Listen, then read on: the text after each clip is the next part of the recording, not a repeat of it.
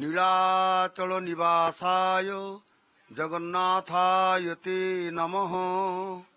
মহাপ্রভু শ্রী জগন্নাথ স্বামী, বলভদ্র ভগবান, সুভদ্রা মহাদেবী, চক্ররাজ সুদর্শন,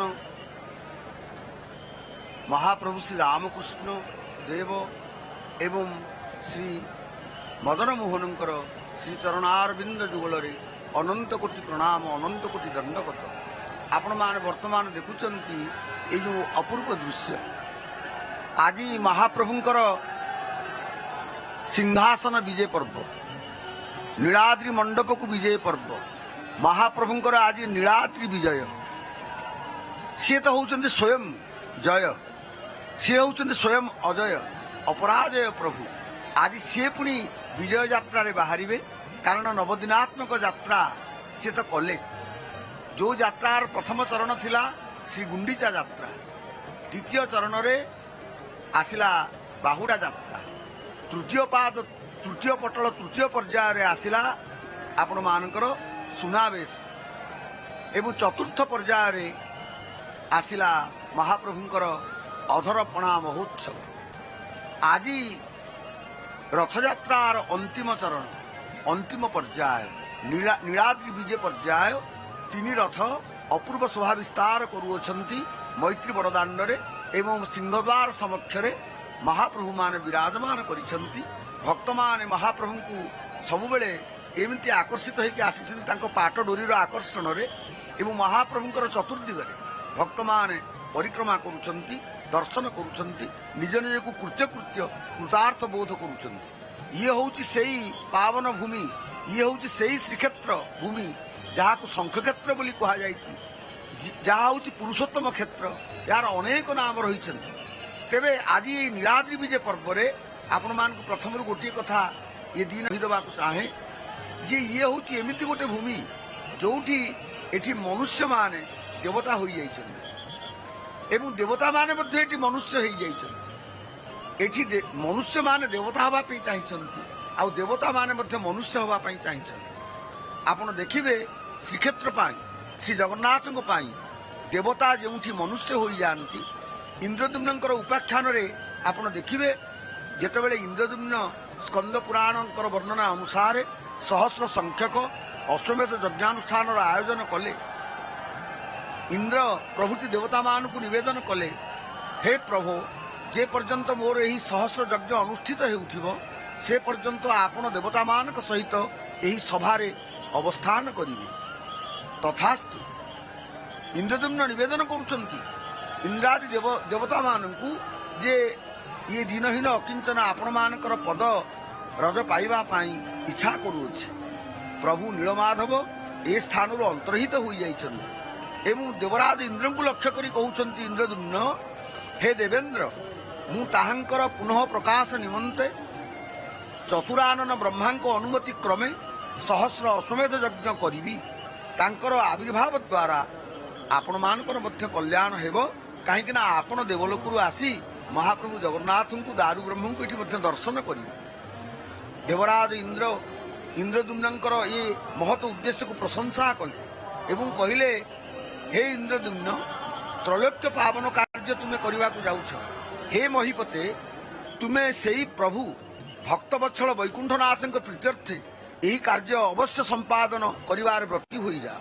ଏହାଦ୍ୱାରା ଆମମାନଙ୍କର ମଧ୍ୟ କଲ୍ୟାଣ ହେବ।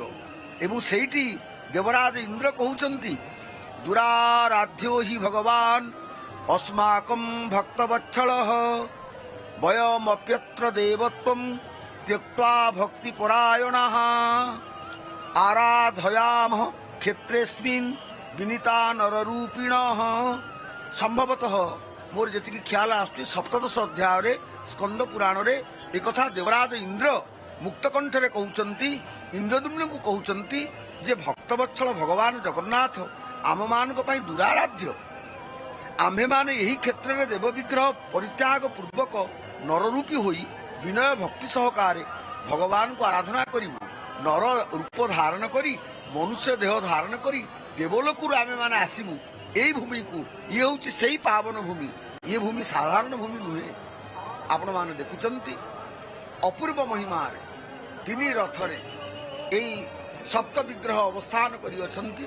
जगन्नाथ बलभद्र सुभद्रा सुदर्शन प्रभु श्री राम बलराम श्रीकृष्ण एवं प्रभु मदन मोहन आज मणिमांकर नीलाद्रि विजय पर्व से फेरी जिवे प्रत्यावर्तन पटल जिवे किंतु एठी आमे समस्ते गोटे कथा जानिबा दरकार जे ये जो जगन्नाथ स्वामी जहांको पाई एते लीला खेला हैला एवं जी आज पुणी चारमाळरू पहंडी विजय करिकी जिवे गोटी पहंडी रे विजय करिवे नीलकंदर को से जिवे एठी आमे गोटे कथा भाबिबा दरकार जे जीवन रे आम मानकर प्रकृतर लक्ष्य कौन कौन पाई लक्ष लक्ष भक्त खाली ओडिशा नुह खाली भारतवर्ष नुह सारा पृथ्वी छुटी आसीचंती एई क्षेत्र को महाप्रभुंकर यात्रा रे सेमाने निजकू सामिल करिसंती एवं महाप्रभुंकर यात्रार रस को आस्वादन करी चलीछंती साधनार पूर्णता ही एई जगन्नाथ मनीष जो वेदानुशीलन करुची कहा पाई से करुची ए जागयज्ञ जोग साधनार शेष से क्या लाभ करने को चाहूँगी सकल कर्मयोगर शेष परिणतिटा कौन ज्ञान जोगर साधना करुछंती जो ज्ञानी माने तार शेष लक्ष्यटा केउठी मुनि ऋषि सिद्ध सन्थ महांत मानकर कठिन तपस्यार लक्ष्य कौन धर्माचरण रे जीवन व्यतीत करी मनुष्य धर्म अर्जन करी काहाकू पाइबाकू चाहूँगी साधकर शेष गति किए साधकर मुक्तिदाता किए ये सबूर गोटे सरल उत्तर होउचंती श्री जगन्नाथ निखिल पुराण शिरोमणि श्रीमद भागवतम प्रथम स्कंद रे यही कथा को घोषणा करुचंती वासुदेव परा वेदा वासुदेव परा मुखा वासुदेव परा योगा वासुदेव परा क्रिया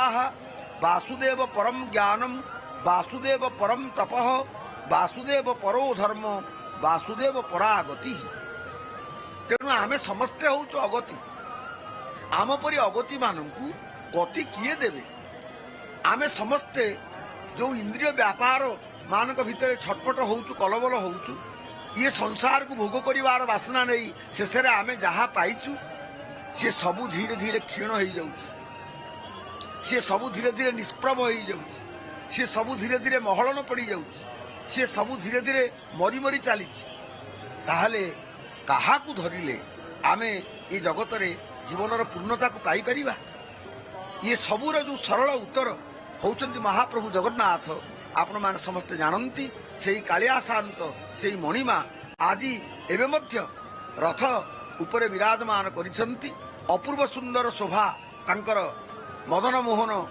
बसिचंती तांकर रथरे बलभद्रंक रथरे कहू कहू बलभद्र तो आसिले आहा आमे जहांको पाई सबु बेले यही स्तुति करिथाउ प्रभु तुम्हें हूँ से संग्राम चपलम शशांक धवल तमर जो धवलिमा शंख परी तुमर धवलिमा आकाशर शुभ्र मेघखंड परी तुमर धवलिमा हिमालयर तुषार खंड परी तुमर धवलिमा ये जो कुआ पथर परी तुमर धवलिमा ये श्वेत जो राजहंस मानकर वर्ण परी तुमर धवलिमा आउटा क्षीरर रंग परी तुमर धवलिमा जेते धवल पुष्प अछंती जगत रे समस्त धवल पुष्पर कांति परी जगत रे जेते शुभ्र वस्तु रही से समस्त धवलिमा जेमते एकत्रित हो जाइछि एई बलराम के निकट रे एवं निजे शुभ्र शुभ्रे करंती विहारो शुभ्रमय सदा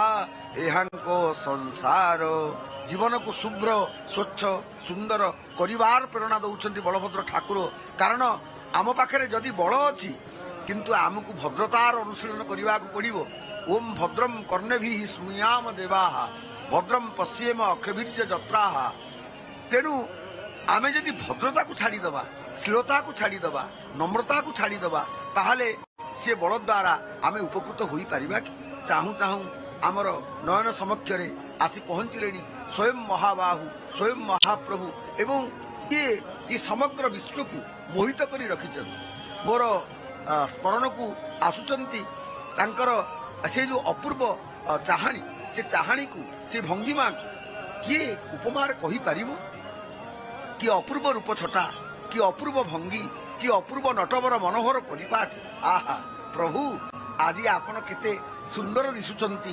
ନନ୍ଦିଘୋଷ ରଥକୁ ଆପଣ ମଣ୍ଡନ କରିଅଛନ୍ତି। ତ୍ରିଭଙ୍ଗିମା ଭଙ୍ଗି ସଙ୍ଗୀତ ଇଙ୍ଗିତ ନଟବର ମନୋହର କଟିପାଦ ପାଣି ପିବା ମୁଖ ଠାଣି ଚାହାଣି ବଙ୍କିମା ତାର ଗୋସହି।